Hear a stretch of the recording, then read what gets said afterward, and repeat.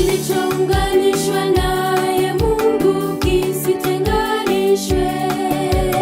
Kilichounganishwa naye Mungu kisitenganishwe. Kilichounganishwa naye Mungu kisitenganishwe.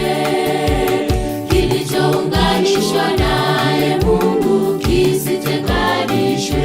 Hilo ndilo agizo lake Mungu kuja kwetu. Hilo ndilo agizo lake Mungu kuja kwetu. Wawili watawaacha wazazi wao waweze kuunganishwa, wao si wawili tena bali ni mwili mmoja. Wao si wawili tena bali ni mwili mmoja.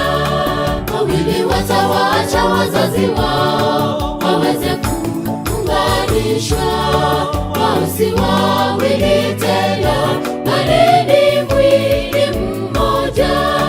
Wao si